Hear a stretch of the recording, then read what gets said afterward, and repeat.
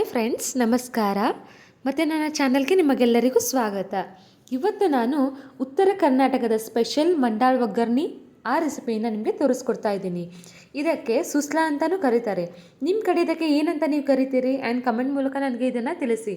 Okay, ಹಾಗಿದ್ರೆ ಬನ್ನಿ ಈ ರೆಸಿಪಿನ ಹೇಗೆ ಮಾಡೋದು ಅಂತ ನೋಡೋಣ. ಸಾಸಿವೆ, ಉಪ್ಪು, ಜೀರಿಗೆ, ಅರಿಶಿಣ, ಸಕ್ಕರೆ, ಹಸಿಮೆಣಸಿನಕಾಯಿ, ಅಡುಗೆ ಎಣ್ಣೆ, ಕಡಲೆಬೀಜ, ಪುಟಾಣಿ ಹಿಟ್ಟು. ಪುಟಾಣಿನ ಮಿಕ್ಸರಲ್ಲೇ ಹಾಕಿ ಅದನ್ನು ಪುಡಿ ಮಾಡ್ಕೊಂಡಿದ್ದೀನಿ. ಹಾಗೆ ಕೊತ್ತಂಬರಿ ಮತ್ತು ಕರಿಬೇವು.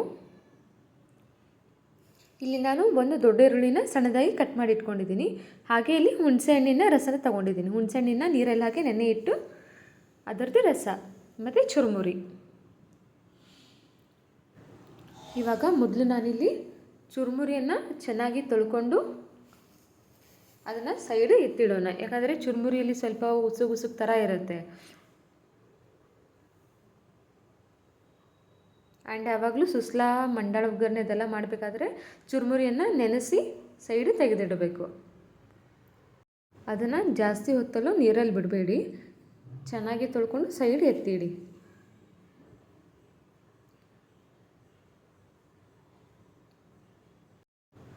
ಇವಾಗ ನಾನಿಲ್ಲಿ ಒಂದು ಬಾಣಲೆಗೆ ಎಣ್ಣೆ ಹಾಕೋತಾ ಇದ್ದೀನಿ. ಅದಕ್ಕೆ ಕಡಲೆಬೀಜ ಸೇರಿಸ್ಕೊಂಡು ಚೆನ್ನಾಗಿ ಫ್ರೈ ಮಾಡ್ಕೋತಾ ಇದ್ದೀನಿ. ಈ ರೀತಿ ಮಾಡೋದ್ರಿಂದ ಕ್ರಿಸ್ಪಿ ಕಡಲೆಬೀಜ ಆಗುತ್ತೆ.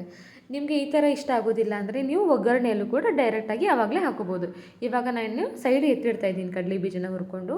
ಅದಕ್ಕೆ ನಾನು ಇವಾಗ 1/4 ಟೇಬಲ್ ಸ್ಪೂನ್ ಸಾಸಿವೆ, 1/4 ಟೇಬಲ್ ಸ್ಪೂನ್ ಜೀರಿಗೆ ಹಾಕೋತಾ ಇದ್ದೀನಿ.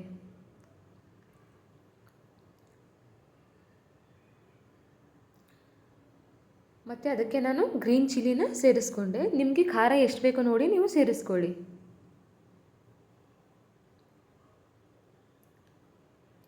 ಇಲ್ಲಿ ನಾನು ಒಂದು ಈರುಳ್ಳಿನ ಸಣ್ಣದಾಗಿ ಕಟ್ ಮಾಡಿದ್ದೆ ಅಲ್ವಾ, ಅದನ್ನು ಕೂಡ ಅದಕ್ಕೆ ಸೇರಿಸ್ಕೊಂಡೆ.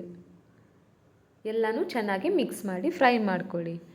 ಈ ಈರುಳ್ಳಿಯಲ್ಲಿರುವ ತೇವಾಂಶ ಇರುತ್ತೆ ಅಲ್ವ, ಅದು ಸಂಪೂರ್ಣವಾಗಿ ಹೋಗಬೇಕು.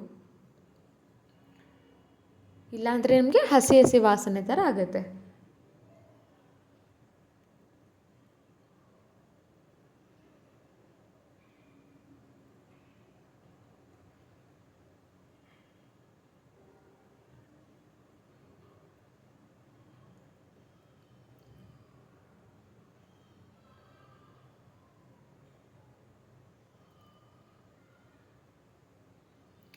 ಇಲ್ಲಿ ನಾನು ಸ್ವಲ್ಪ ಉಪ್ಪನ್ನು ಸೇರಿಸ್ಕೊತಾ ಇದ್ದೀನಿ, ರುಚಿಗೆ ತಕ್ಕಷ್ಟು.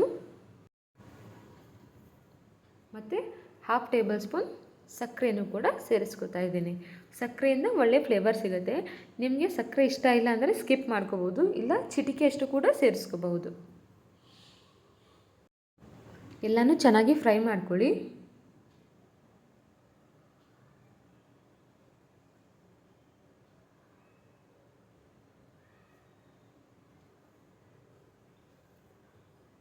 ಇಲ್ಲಿ ನಾನು 1/4 ಟೇಬಲ್ ಸ್ಪೂನ್ ಅರಿಶಿನ ಪುಡಿಯನ್ನು ಸೇರಿಸ್ಕೊತಾ ಇದ್ದೀನಿ. ಕೆಲವರು ಏನು ಮಾಡ್ತಾರೆ, ಹುಣಸೆಹಣ್ಣಿನ ರಸ ಹಾಕಿದ ಮೇಲೆ ಅರಿಶಿನ ಪುಡಿಯನ್ನು ಹಾಕ್ತಾರೆ. ಬಟ್ ಹಾಗೆ ಮಾಡಬಾರ್ದು. ಆ ಅರಿಶಿನ ಪುಡಿ ಎಣ್ಣೆಯಲ್ಲಿ ಚೆನ್ನಾಗಿ ಫ್ರೈ ಆಗಬೇಕು.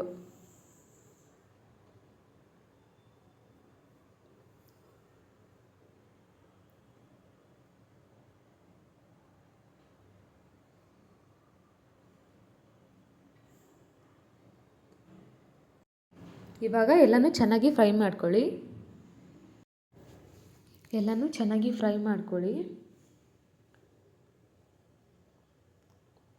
ಅದಕ್ಕೆ ನಾನಿವಾಗ ಹುಣಸೆಹಣ್ಣಿನ ರಸ ಹಾಕ್ತಾಯಿದ್ದೀನಿ. ಅದು ಕೂಡ ಅದ್ರ ಜೊತೆ ಚೆನ್ನಾಗಿ ಕುದಿಬೇಕು.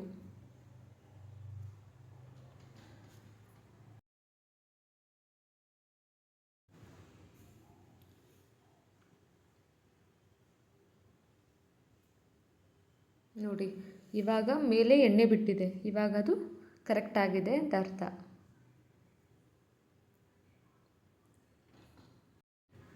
ಈಗ ನಾನಿಲ್ಲಿ ಎಕ್ಸ್ಟ್ರಾ ಮಸಾಲೆನ ಮಾಡ್ಕೊಂಡಿದ್ದೆ, ಅದನ್ನು ಸೈಡ್ ಎತ್ತಿಟ್ಕೋತಾ ಇದ್ದೀನಿ. ನಮಗೆ ಎಷ್ಟು ಬೇಕು ನೋಡಿ ನಾವು ಅಷ್ಟನ್ನು ಆ್ಯಡ್ ಮಾಡ್ಕೋಬೇಕು. ಇದಕ್ಕೆ ನಾನು ಇವಾಗ ಚುರುಮುರಿನ ನೆನೆಸಿಟ್ಟಿದ್ದೆ ಅಲ್ವಾ, ಅದನ್ನು ಕೂಡ ಇದಕ್ಕೆ ಸೇರಿಸ್ಕೊಂಡು ಚೆನ್ನಾಗಿ ಮಿಕ್ಸ್ ಮಾಡ್ಕೋಬೇಕು. ಹಾಗಂತ ಚುರುಮುರಿ ತೀರಾ ಒಣದು ಇರಬಾರ್ದು, ಸ್ವಲ್ಪ ಹಸಿ ಹಸಿಯಾಗಿದ್ದರೆ ತಿನ್ನೋದಕ್ಕೂ ರುಚಿಯಾಗಿರುತ್ತೆ. ಇದಕ್ಕೆ ನಾನು ಇವಾಗ ಪುಟಾಣಿ ಪೌಡರ್ನ ಸೇರಿಸ್ಕೊತಾ ಇದ್ದೀನಿ.